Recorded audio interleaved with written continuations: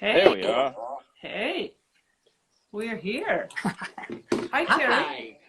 I don't know what it is about you guys. Every time I just see your face, I'm already smiling. Let me go to my happy place. Thanks We like you. thanks for taking some Yeah, time. yeah. Of course. There's your Yeah. countryman Talking there, to Daniel. Hawaii. It's nice. Shanna, Alison Nicholas just came in. You guys know Alison? For Alison sure won we do. the Hi, British Open at my home course, Oh. where I grew up.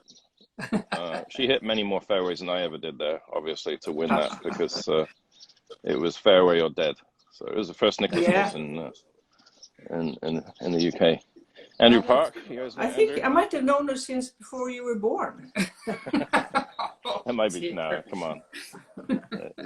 Daniel's from Sweden there, Shanna. So that's where I know my few Swedish words that I can actually repeat. I know.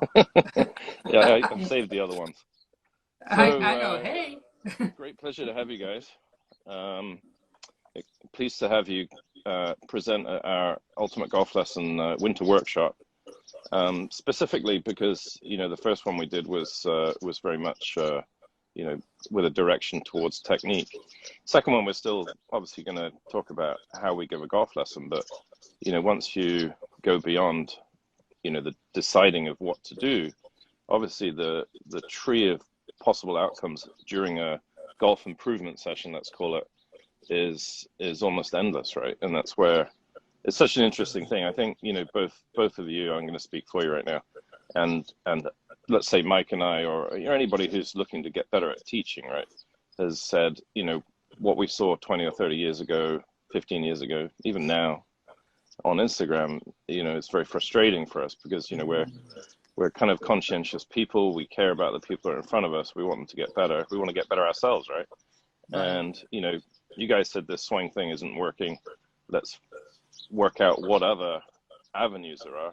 Mike and I are like, well, this thing isn't working. Let's just make sure we can customize it better to each individual. So we've kind of gone to two different paths, but both can lead to golf improvement. So it's really interesting to hear about how you guys got to where you are today first. You know, what was it that, you know, directed that path? And then, you know, let's just waffle on about what makes a good golf lesson, stroke, you know, how do people get better at playing golf? Yeah. And I think for me, it started a lot because I went from being a tour player to starting supporting the younger Swedish players. So I think my biggest aha was with it, like, I'm observing them play on the golf course so much now, observing them playing in tournaments. So there's so much observed playing that made me question just the balance of things, how we go about it. So that was for me, from being a player and then observing play, and realized that these players don't have a wide enough foundation for playing great golf. And Lynn, for you, it was a little different. Well, yeah, because I joined the PGA of America and I had all that education. And so I was a technical teacher at a club, and I gave 30-minute lessons. No, 30-minute swing lessons. And like, people got better technique. I mean, their swings got better, the chipping technique got better. But honestly, they would come into the shop afterwards, after they played, and said, I didn't play better. And honestly, kind of ignorant or young professional, I said, well, that's not my fault. You know, like, the swings are better and they understand how to chip and so forth. So I started to get interested in that. Like, must be a lot of things that I'm missing as a teacher. And I didn't even call myself a coach. You know, just like, I need to learn more. So, and it needed to be more than just all the technical stuff that I was learning. And I'll just say this, that when I became the director of instruction at Arizona State University's golf course, we had one of the first indoor studios. And we had the double cameras and the monitor on the floor and all that. We were kind of high tech for like early 90s. Right. And I put a sign up in that studio because at least I had progressed to this point, which is a big sign that says golf swing does not equal golf. You know, like if they're coming in hopefully they left that sign up because the intent hasn't changed. Right. But you exactly. know, Terry, your point is, it's so important for us that we do think the swing and technique is really important. We just think it's insufficient for good golf. Yes, that's right. It's true, and then you know, I mean, what Mike and I are really excited about, you know, the way which we teach is, you know, we have, you know, very specific goals for each person, but we also know when to stop teaching, right? And so that's, you know, so we've, you know, part of the danger of the weapon of, you know, technical golf instruction is that there's that kind of guessing, and, you know, and as the coaches, you know, climb up the tree of success, as it were, I think a lot of them inherently have great coaching skills. They have good human skills, and, you know, they're able to, you know, lean on their intuition and experience, you know, to help them make good decisions. And what we're trying to do is try and obviously shortcut that, you know, that trial and error 20 years that went before that, to help people make better decisions. How do you work in, I mean, you have all sorts of groups that you work with in terms of, some have teams, you know, sometimes you purely work with the players within your team, your safe harbor, as it were, which I like the sound of. So how does that work when you have players within teams? Let's just talk about the swing first, and they come to you and they say, oh, you know, I'm trying to work on this or this. How do you facilitate their kind of learning within that and placing it within context of their whole game, let's say? Well, our most important thing is that we get to see them on the golf course. We want to see them in context of the game, and just be out on the golf course and, you know, ask questions, because on the golf course, then we get to feel for where they are technically, and we get to feel for how they do this thing called golf. So the most important thing is for us to do that observation, and obviously when they have a swing, you know, coach, that we ask a lot of questions just so we understand what they're focusing on and what the teacher wants them to do. So we're not contradicting, we're helping to facilitate to something better. But I just would add to that is that, I mean, Pia said it, but it's really important for us if a player says, look, I can do it here on the range and look at my TrackMan numbers, blah, blah, blah, and it looks great, but then they go out on the course, and there's something about being on the course, the whole thing falls apart, and we're interested in that. So like the litmus test for us is, okay, what set of skills do they need so this can transfer? Or maybe this swing isn't the swing they can do on the course. You know, so we're always investigating that. Yeah, no, that's really cool. So we do kind of a similar thing. So we can test people and get them better really quickly, and then we almost, you know, and telling them what to do. So that's the kind of the teaching part, right? Whereas, you know, if you watch Mike and I, after 50 minutes, we're almost, you know, taking a step back and allowing them to mess up on their own, and then helping them rebuild, and then gradually withdrawing ourselves to the point where they can rebuild, then going to the course and finding how they break down, helping them rebuild, and then hopefully they can solve the problem on their own. So there's kind of a, you know, as I said, like you know, I've been teaching golf for, you know, 25 years, and there's certain skills that you kind of get just through caring, right, and really wanting your people to get better. But, you know, hopefully through what we do and then what you guys are doing is helping coaches kind of shortcut that situation. And we found override like the power of the visual. No, exactly. And even we, like, even on the range, be able to start more, that they become more self-aware of what they do. They're not always relying on me as a teacher telling them that swing was too fast or too slow or whatever it is, that they heighten their own self-awareness of what they do in physical, mental, emotionally, because on the course, as we know, it's you with you and helping them. And in today's world, we just feel many more need help with that, because they're so influenced by what they see others do or comments from the outside. So many more need training with that. Yeah, well, and I would just add, because you can't self-regulate, which means you can change in the moment, you know, or you can change on the course when you need to, if you're not self-aware. Right. And so, I mean, how many of us as teachers have heard our students or our players say this, I can do it when you're there, you know, like that is not helpful, like, because I'm not going to be there. Yeah. I'm a very expensive caddy. Yeah, it's true. What was I going to say? Right. So let's say I wanted to say something, Terry, earlier, because what you and Mike are doing is so cool, because you're trying to help coaches. Well, you are helping coaches become more efficient at diagnosis, and then I think in many ways what we're trying to do is very similar. We're just trying to help coaches become more efficient with the skills needed to play on the golf course. So that's why we put together, if you will, a template of what we call the essential playing skills or human skills. And we feel every teacher coach out there needs this template.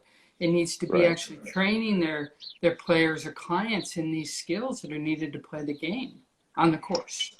Well, I think the thing that bonds us is something along the lines of change the minimum to get the maximum, right? Yeah, so we're looking at the minimum interventions that we can do to, to get the maximum results. We do that in a sequential way. We change mostly setup position, to be honest, and we're actually trying to, unblock the swing for a lot of people, because as you know, the video age of instruction has been, restrict that, keep that straight, don't move that, keep your ass on the wall. So it's very movement based, right? So a lot of the things that you guys are doing, I like,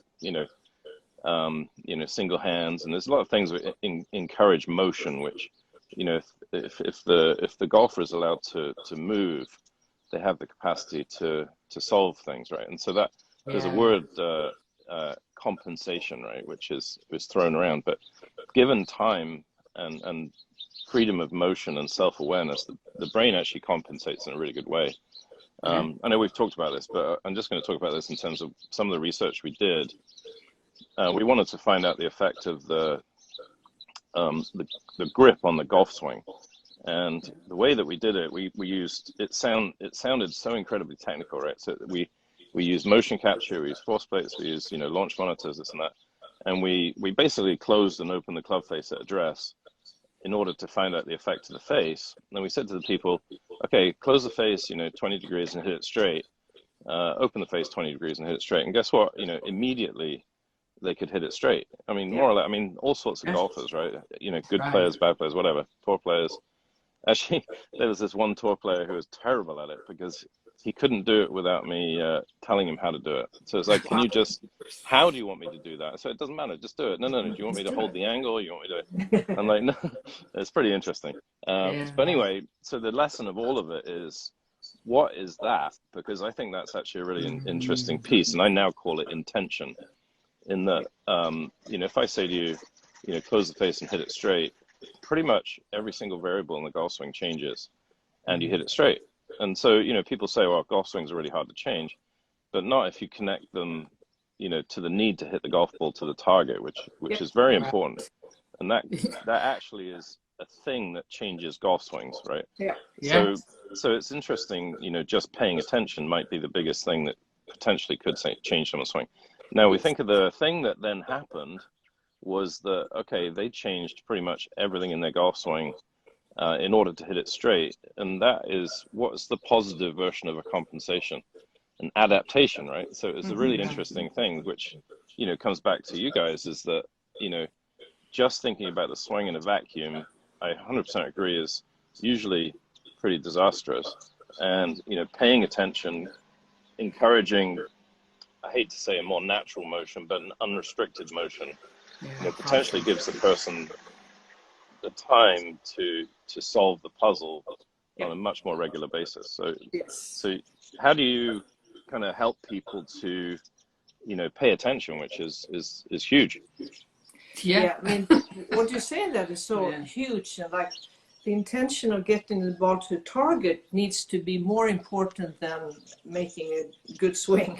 Doing it the right way, as it were. Yeah, exactly. But this, we found this too, paying attention. So we've started with many players now because we feel it's needed even more today than ever. Just asking them to make a practice swing. Can you make a practice swing and focus on constant grip pressure? Yeah, just name whatever. Yeah. Can you make a practice swing and focus on, whatever, feeling your feet? Can be anything. Right. And so many, and even professional players, realize they lose attention takeaway, or they lose attention top of the batswing. Yeah. So we said, oh, let's stop here. Before we can go any further, we need to help you to pay attention for the whole motion. And we shouldn't skip that step because it's so important. Because otherwise, everything else we're working on is not going to be very efficient if they can't pay attention for a few seconds. Yeah. Yeah. Yeah. Well, yeah. And also I think, I mean, maybe you've talked about this, Terry, with others, but just, is there attention external or is there attention internal? And what combination of that, works for each player? Right. And what we learned now through some of the training we've done, that the human attention span the last 10 years has been cut in half. Yeah. Well, that was going to be one of my next questions, actually. Because we all got these things, Yeah, that's right. We're providing some good content on it right now, so it's all good. We're improving golf as we go along here. I have a question. Obviously we'll work with juniors, very highly influenced people, let's say. How's the Instagram kind of wave affected the people who, potentially are more sensitive to judgment of others, right? Because there's almost like a pressure not to have a different swing. I got a guy just signed in here, Danny Harcourt. He swings a bit like Matt Wolf, and he's an unbelievable golfer. So given the wrong context, these golfers potentially will be playing really well. At some point, they become, more self-aware, more judgmental, against others. And so how do you kind of deal with that people, get people back into paying attention to themselves and just doing their own best things? Yeah. Well, as you know from the research, like the performance science research, that the three things we're looking for is increase their self-awareness, increase their self-referencing versus comparing themselves to others. And then from that, the self-regulation. But I mean, I just want to say we had a young lady that just attended our golf school this past weekend. I mean, she's a player. But it was interesting because she has yips and chipping and some things. And she can chip beautifully right hand only. And then she said, but I don't want to because my coach said I'll be the talk of college golf. Oh, wow. So, bam, that ain't going to happen. Yeah. So, but it's a challenging thing with young people because they live in the world of comparison.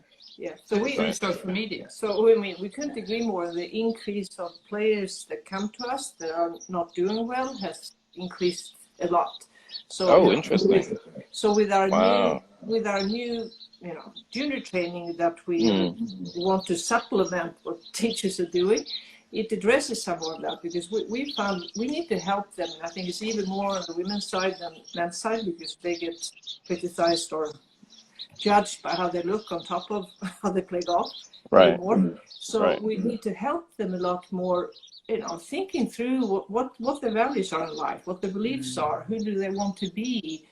And we need to spend a lot of time at the age-appropriate way with them, with that, because it's the only way how they can move forward and find a way to be active on social media, but not being owned by the opinions of social media. It's extremely important, we found, to just support them with that, because otherwise they're not going to be great golfers and they're not going to sustain beyond early 20s.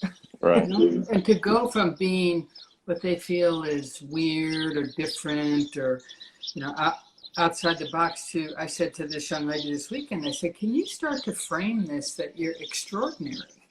You're extraordinary. And then she goes, oh, I like that. I mean, she's super smart. I mean, she's like 4.0 and very, very good university. But she has to start to embrace this, that, ordinary is like, it's just that, it's ordinary. You need to be extraordinary and be okay with being looking different. And we often share with them too, when you look at all the greatest players through the history of time, the one common denominator is they've all been very different. So we always say the next great one is going to be different. So how do you dare to be different and actually be you playing great golf? But because of social media, we just need to have much more focus on it. Yeah, it's kind of an interesting thing, isn't it? Because it's very hard to tell people not to focus on comparing themselves to others when the outcome of the event is a comparison to others, right? Yeah. But the paradox is, in order to, have your most genius moments, then there is probably quite a lot of self-referencing, some self-awareness and things like that. So it's really a paradox, because, a person that maybe isn't quite as evolved to understand that paradox is like, that's a stupid comment. How can I not compare myself to others? How can I win if I don't beat others? So it's like, well, you have to beat yourself first, right?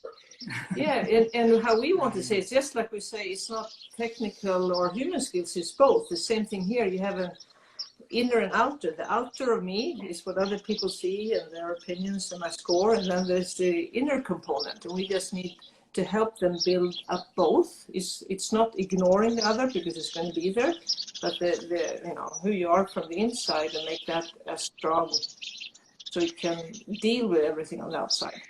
Yeah, but I want you to tell the story about Annika being an assistant at the Swedish PGA, because I want. Wow. Well, and then what the president of the Swedish PGA told her. Well, she was told by many people that she would never be good, because she did things different. She was moving her head and all those things. But she did have the strength that many great players have to do things their way. But at that time in the 90s, they didn't have all the criticism from. No, I mean, social media. But to the point is that the great players learn to be themselves, to be strong with that, and we just think we can have more players be like that. And that's really important.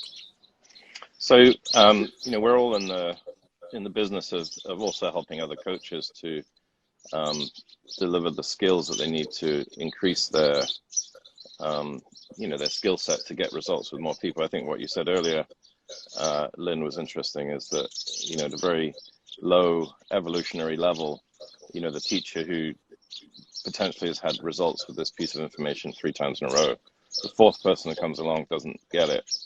And, of course, it's that person's fault, which is kind of to your point with Annika, right? It's like, you're never going to do it because you're not doing exactly what I'm saying, right?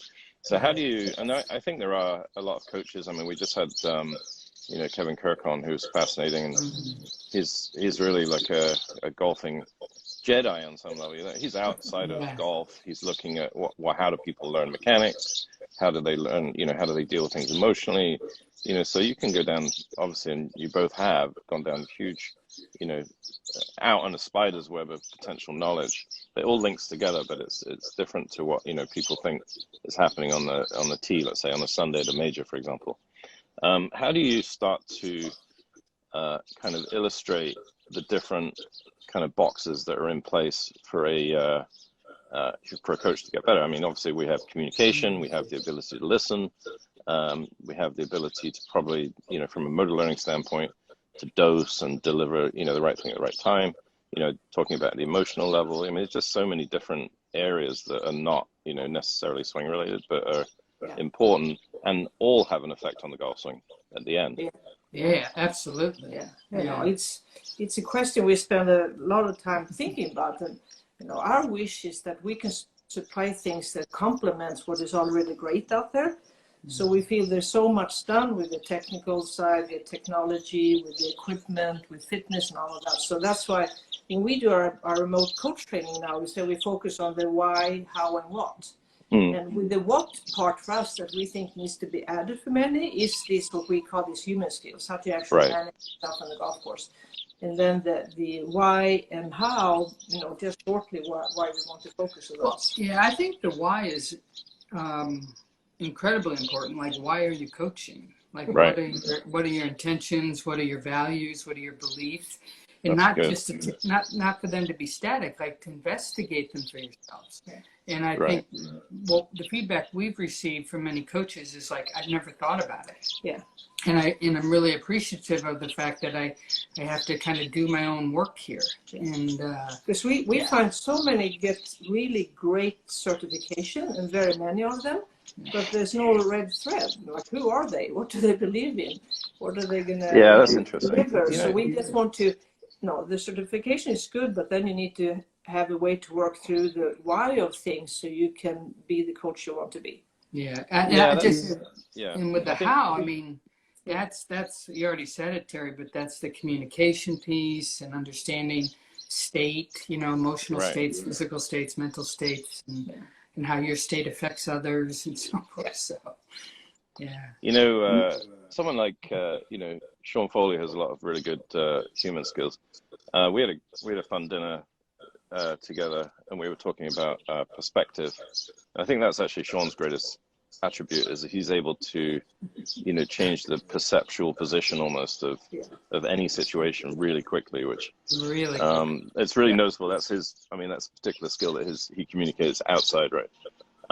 So, changing the reality of the situation, on the fly is also a huge skill, right? So it's kind of interesting. You can go at the different levels of human skills that come in.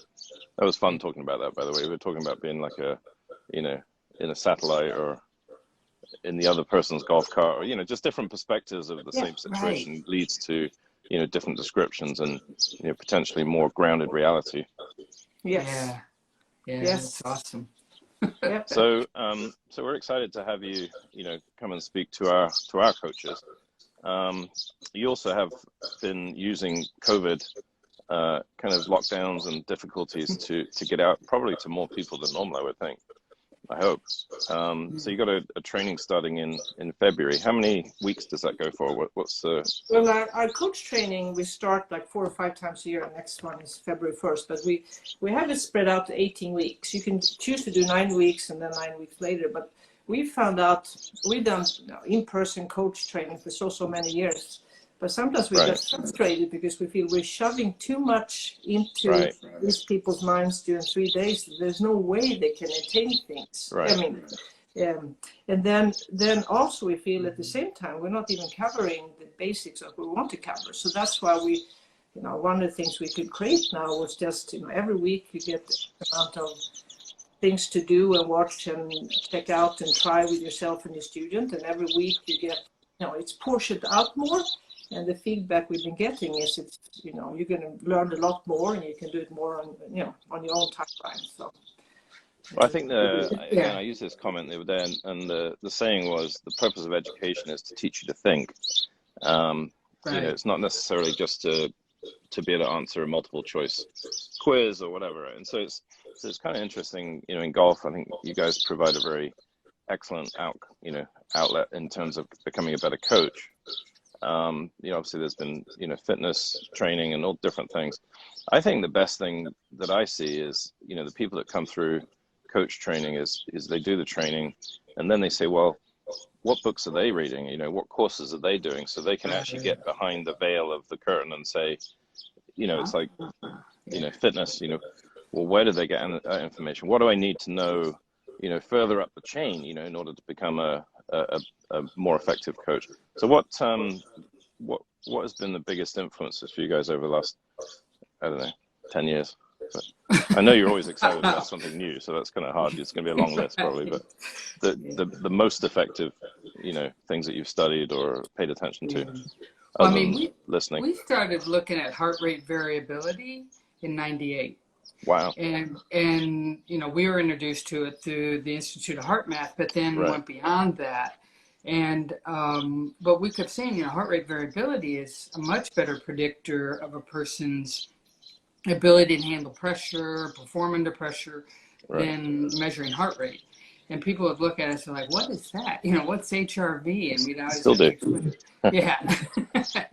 But that obviously has been good. But for me, I've been diving a lot deeper the last 10 years into more, integral thinking. And it's had to do with making sense of the world too, not just the game of golf. But, if you can learn from all the greatest thinkers through the history of times and see some common denominators, then I like to take like the big view, learn, and then come down and simplify things that can be applicable for players and coaches. So I've done a lot of integral training through a lot of what Ken Wilber has written. Some things are very, very hard to understand, but there are many creating progress now. And I must say the learning from that has been profound for me in just what we can create and how I feel I can improve as a coach myself. So let's pull that context. Okay, so you know, moving in and out as a, you know, 10,000 foot view to a 2-foot view is really important, right? So if you look at like a traditional kind of way of getting somebody to play better golf, and Kevin and I talked about this too, is like some people that just means hit more good shots. You know, the score is less, so they're, you know, not necessarily comparing themselves to others with a score. They're just saying, okay, you know what, I love flushing it, and that's the best. Or, you know, but you know, if we go into the golf lesson at the level of the microscope and start making changes without respect for the context of that person, you know, when are you playing, you know, what specific thing is holding you back from the way you like to play. It might be flushing it or scoring, you know, asking all those questions. So you're almost just like this camera that's kind of zooming in and out, so you can be very precise with the interventions, right? Do you kind of work with people to try and give them context and perspective in that regard? Well, we have them usually, if they come to golf school, it's always the home play of the first day, and is to reflect on what called the spirit of the game. Right. But we found it exceptionally important, from tour players to the newer golfers, to be clear about why in the world do they want to do this thing called golf. And it's amazing how varied the answers can be. Well, yeah, and I actually listened to you, question. Kevin, and Kevin talked about the stories that people tell themselves. And, yes. you know, some people let you get close enough to them, or you have enough rapport and trust that you can start to dive deep into that. But we at least want to pose the questions like, why golf? Like, you know, why do you spend time, money, energy playing golf? And I have to say, even for the tour players and, you know, very accomplished players we coach, they need to keep asking that question. Yeah, because just winning or making money is a short-lived spirit of the game. Yeah. This needs to go beyond that. But it's amazing because, like you said, so many, when they realize I'm doing this because it's a really great activity with my family, or it's because I get to be in nature and get my mind to relax, and they realize, of course, you want to hit it further and more solid, but it's still not the main intention. And we as coaches, we need to know it. We need to know it so we actually can help them towards their spirit of the game, and not assume it's the same as I have. Yeah, it makes me think about myself. You know, what do I enjoy about the game whilst you're saying that? And, you know, it's kind of getting into the flow state, whereas, you know, you're just, it's just going and you're not interfering. There's not too many thoughts going on. So even with someone like Annika, who probably had, I don't know, what was her most incredible achievement from her perspective in terms of when did she get into flow state? Obviously, I think of the 59, but she had some moments that were absolutely unbelievable, that she was just amazing. I mean, obviously the 59 stands out very much, but, you know, still how she handled the whole colonial thing, and how that, you know, everybody were telling the reasons why she did it that weren't true. She had her own reasons. A lot of it had to do with that motivation, because she was the number one, she was the best, and she needed to find a new way to spark her own new excellence, and feeling like what is something that can get me excited, and I can train and be more focused in what I'm doing to reach a new level.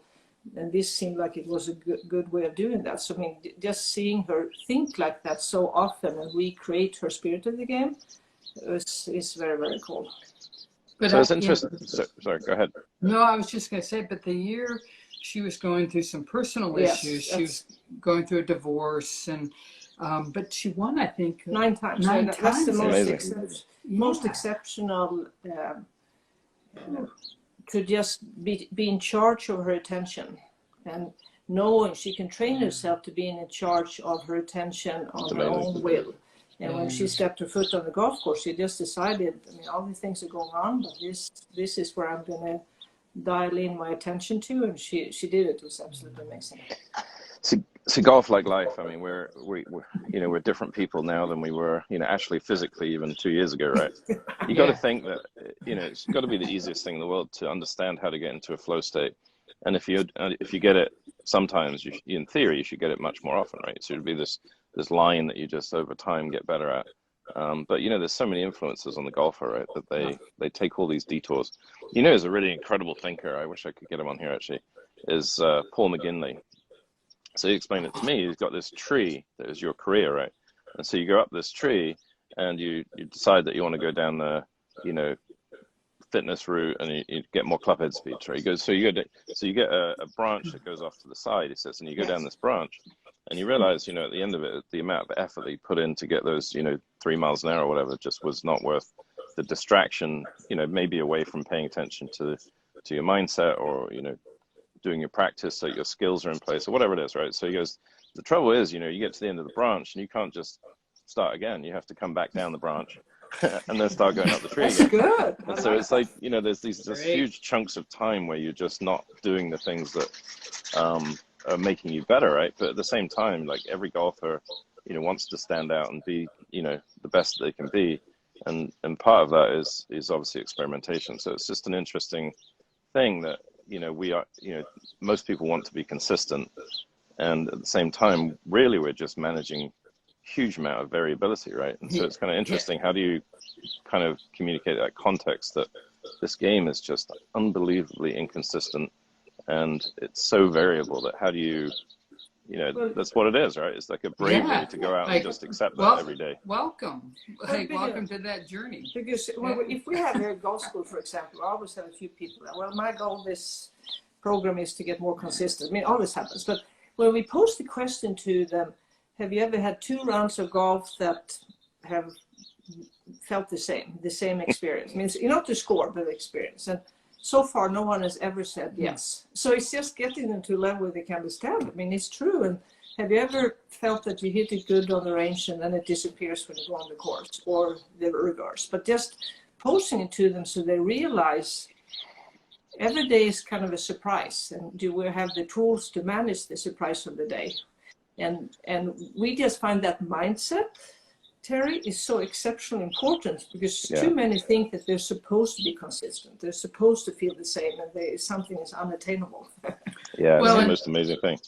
Yeah, and like, well, we said this to the group the other day when we were finishing. I'm like, instead of thinking this is drudgery, that you're not consistent, like, can you take it on? I mean, just suggesting, like, just to investigate that it could be fun, like that there's this variability, that I am not in flow state today. Like, but what things could I do? What changes could I make or self-regulate with so I could get a little bit closer and enjoy the experience of that? Because that's the whole deal. Well, there's a saying, if only once I could just play my normal game, But it's interesting. I mean, we talk about, it's really consistency of outcome that people want, right? So they want to shoot whatever, 72, or whatever it is. And the interesting thing, you look at PGA Tour stats from day to day. First day they shoot 18 greens and have 18 20-footers and shoot par, and the next day they miss 12 greens and have all those up and downs and they shoot par as well. And it's like, gosh, if only I could be as consistent as this person. But it's an unbelievable miracle of the game is how each round is just put together so differently. I obviously learned from a lot from John Grinder, and his question was always just how do you create a new normal, right? And what he was trying to make me ask myself, right? He says, what if a new normal was 400 yards of average drive? How would that change the game, right? And so that's kind of what Bryson is doing. So so there's all these little glass ceilings of perception of normality that we compare ourselves to. So how do people kind of break through the glass ceilings? What happens when they go, okay, it's normal now to hit 400 yards, not 300 yards or 200 yards or whatever it is. It's normal for me to shoot 68, now. And so, I'll find a way to scrap it around and shoot 68 versus, easing it around and shooting a 72 or whatever it is. So how do you help people kind of clean up the perceptual boundaries that they live within and break through to a new normal? Well, in February 91, when we started talking about the 54 in Sweden, it was because of this reason. Yes. There are too many having the image of themselves was set so low. So we just wanted to challenge their perception. Right. If they made birdies in each one of the holes on the home course, what would it be? How would you need to swing? How would you need to train? And so it is through questions, and also we also believe a lot to do, a lot more imagery. So if you can spend 3 or 5 minutes a day, just imagine yourself playing the game the way you want to, and because you need internally to have permission to be great. Right. That's the new normal. That's right. So it does not going to happen like just because I say it. It's an internal reference. Well, yeah, and it's a change. Mm-hmm. You know, it's not just a change in perception, but that your nervous system is like ready for a new success. And you know, that's why everybody kind of, you know, it's great. People shoot 59 and 58, but come on, 54 is possible and lower. It's definitely possible. Actually, 50 is possible if they make eagles as well. Right, exactly. But that, I mean, just the name is just, and you know, the thinking that goes behind that name is so incredibly powerful, because I think that's as much of a limitation to people's game as anything. And you know, kind of reflecting back to where we just talked about how we compare ourselves to others. It's like normal in comparison to what, right? It's just normal in comparison to what other people are doing and this and that. And so the rare person that really, you know, takes time to be exceptional and, you know, think this through is an interesting thing, because, you know, obviously people are different, right? I mean, some people, you know, do very well on the team, and some people do, like Annika, like you said, you know, she does very well, you know, working on herself and exceeding her expectations and everybody else's. So from that, I'm going to lean on something about the social, right? So, you know, you look at how people play different levels of golf. You know, they play with certain people, they play well, they play with other people, they don't play so well, which is really fine if you're just, you know, slashing it around in a 15 handicap. But if it's at the tour level, I mean, how much do you see, you know, variation in people's ability to play with different people specifically? Yeah. Yeah, and I won't say who this is, but we were at the Players Championship, and we were there with the player we coached, and we're going to do a practice round. And this other player stepped up and said, "Can I join you?" And the player we were coaching, we noticed, like, he changed, like, completely. And the practice round, like, we only played 9 holes, but it did not go very well. But it was because he did allow this guy to join us, other guy. Interesting, isn't it? Yeah, it was very interesting. But we see it a lot. I mean, it was one when British Open for the women, and we had this player we were coaching said, "We so when I get paired with her, I just can't play." And anyways, she magically showed up too and joined us. So Lynn and I said, "This is the greatest ever," because we want to see, how do you change because this other person? Because how do you change? What is happening to your tension in your body? What's happening to what you're saying to yourself? So what we call it not 54 practice. So we exactly, that's a good one. You know, we do this all the time. We love to bring it in and then help them practice if they're bothered by people talking too much, you know, playing too slow, whatever. But I have this all the time. I mean, even just as Yusaku Miyasato, I'm Miyasato's brother, because we've been coaching for many, many years, but he came for a couple of years. And when he first came, he said his biggest thing was, I've been close to winning on the Japan PGA Tour, but anytime on Sundays when I'm close to the lead, it just bothers me with the crowd and photographers, and I can't focus in my play box, and I just don't know what to do. So it was so interesting. So obviously we just, after knowing that, during his practice, keep bugging him, like throwing water bottles, you know, clapping intentional distraction. You know, and he was so annoyed at this the first day. I said, but it took, like, by the second day, he had learned to be deeper into his focus. So we love to ask that question, and then we do what is called from not 54 practice to help them deal with it, because it's the only way. I mean, how many, like, the slow play? Well, I'm paired with them so slow. And then we say, okay, today you can hit 1 shot every 10 minutes. And after 2 hours, apparently Ben Hogan, when he practiced, hit 1 ball a minute. That was his thing. Yeah, it's interesting. So we need to face reality, and then practice how I can change, because I can't change other people. Hey, I had a question from Nico Bressa, and he was asking is how do you create a consistent routine? Well, the thing is, we don't really want players to have a consistent routine. We want there to be like a pattern that fits them, but we always say structure with flexibility. What we want to be consistent is that I step in with the go signal, that I feel like I'm decided, I trust it, I'm ready. So that's what we want to get more consistent, and that might mean sometimes I make a practice swing, sometimes I don't. And so then there needs to be some variability, because we've had enough players learning a perfect, consistent, the same routine. So they look the same from the outside, but internally they're not even close to being. That was actually so. I'm not sure who knows about NLP, but NLP kind of went through different iterations. Started out with Bandler and Grinder, and then they separated. And Grinder added that to all of the patterns that they taught. And so he teaches you to calibrate, like a yes/no signal within the body, which is coming from your subconscious, right?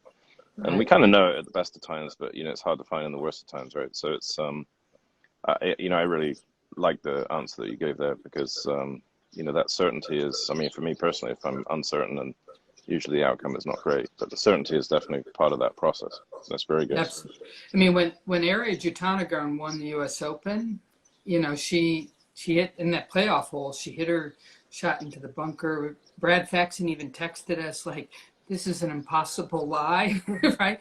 But she totally, as she told us later, like she just stepped in, she had a total go signal. She just did it. Oh, awesome. Yeah, I mean, didn't do all the extra stuff you should do in a playoff hole to win a U.S. Open. She just knows, I got it, I'm just going to step in and do it. Yeah. Yeah, that's cool. Like when you have a new caddy, it's like still reading it while you're swinging. Like, I've got this. But I would just, if I were going to be succinct to answer his question, it's just build the routine around a go signal. And so the routine's always going to have to change, but it's built around a go signal.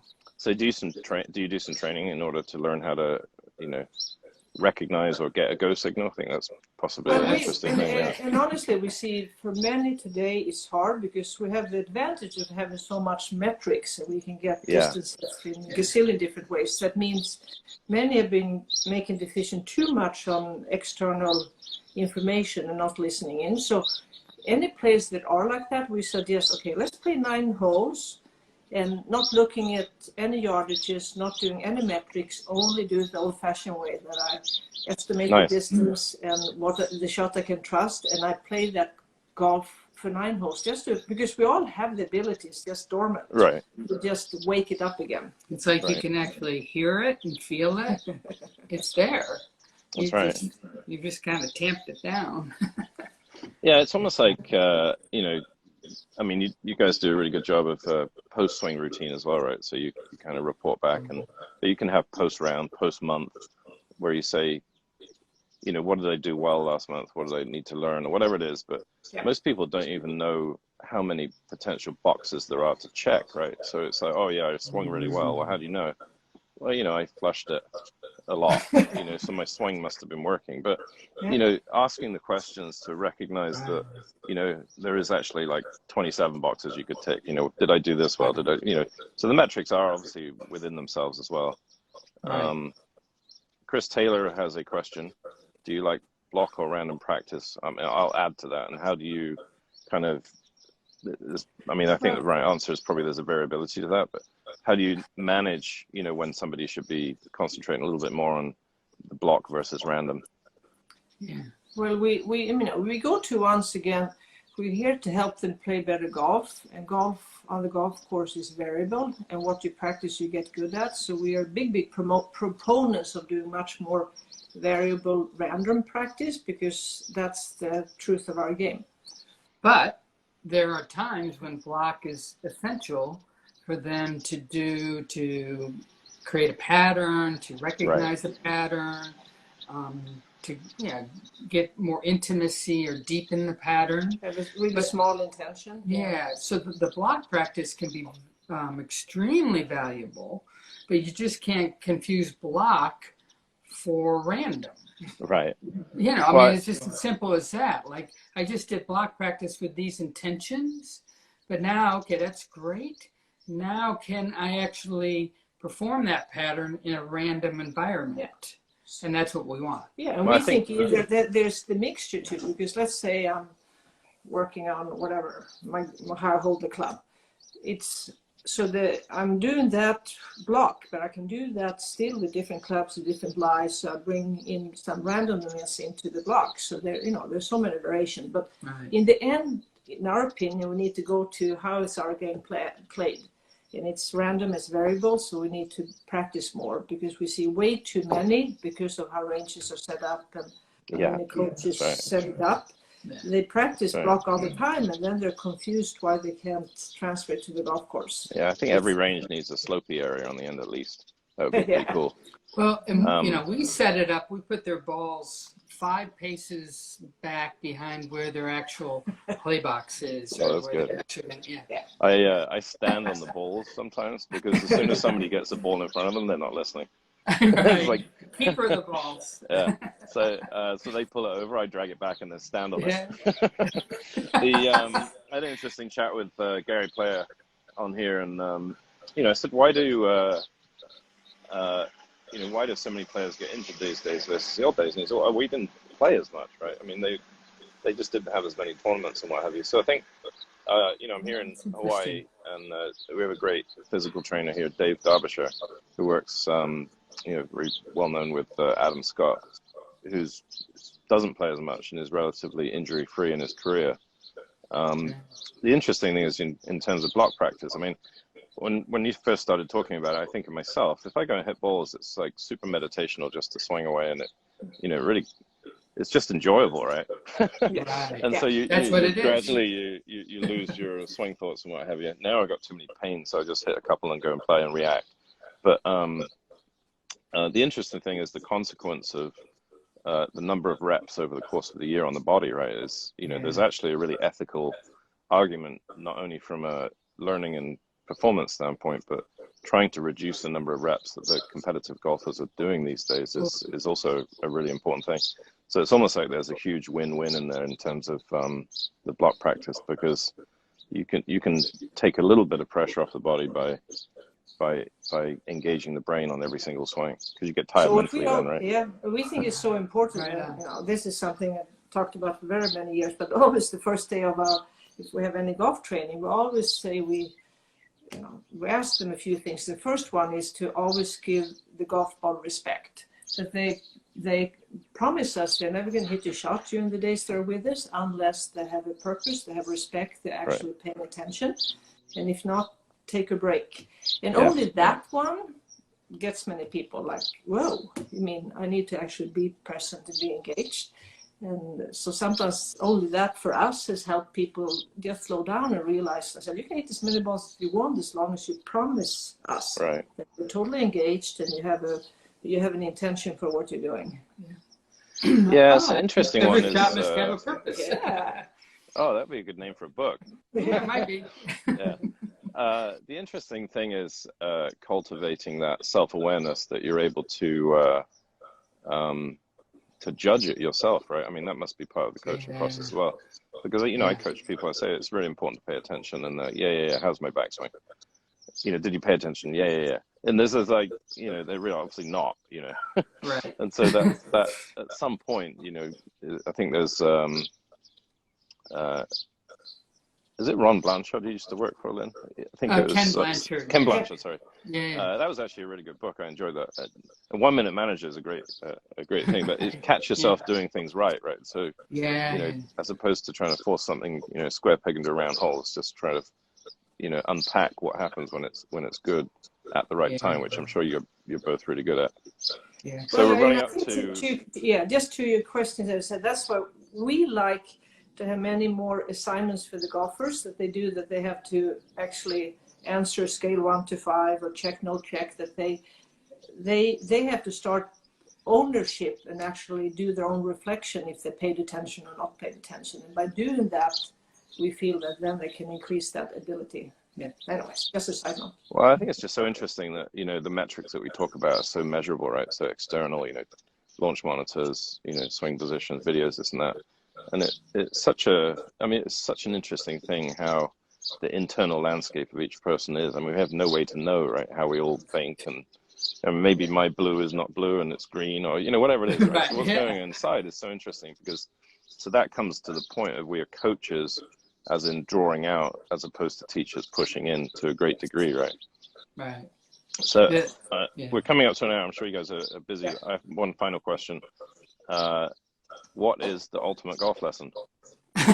Well, love that question. I mean, the ultimate golf lesson for me is to observe a golfer play for a couple of holes and get the big picture.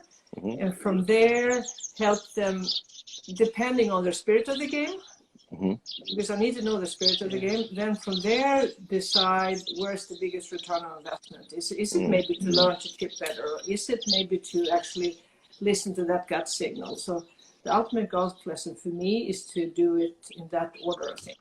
Yeah, I mean, Pierre already said, but it's in context. Yes. I mean, I think that's the biggest change I made in my career, was I went from being a teacher on the range to a coach on the course. So it's on the course, and that they learn the skills to self-regulate on the course. That to me is the ultimate golf. That's beautiful. Because like I want to, like, you know, I often say this, but we mean this. I want to work myself out of a job here. You know, like I want you to do this without me on the course when it matters. Yeah.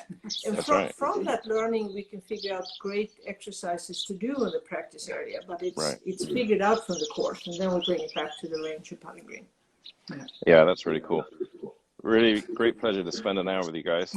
Yeah, always. We want to come there to Hawaii next. That looks beautiful. They're hearing the birds chirping. Brady Riggs, he's next door here at the Four Seasons. He's looking to do some events with different people. So I'm sure you don't need much of an arm twist once this travel kind of frees up a little bit.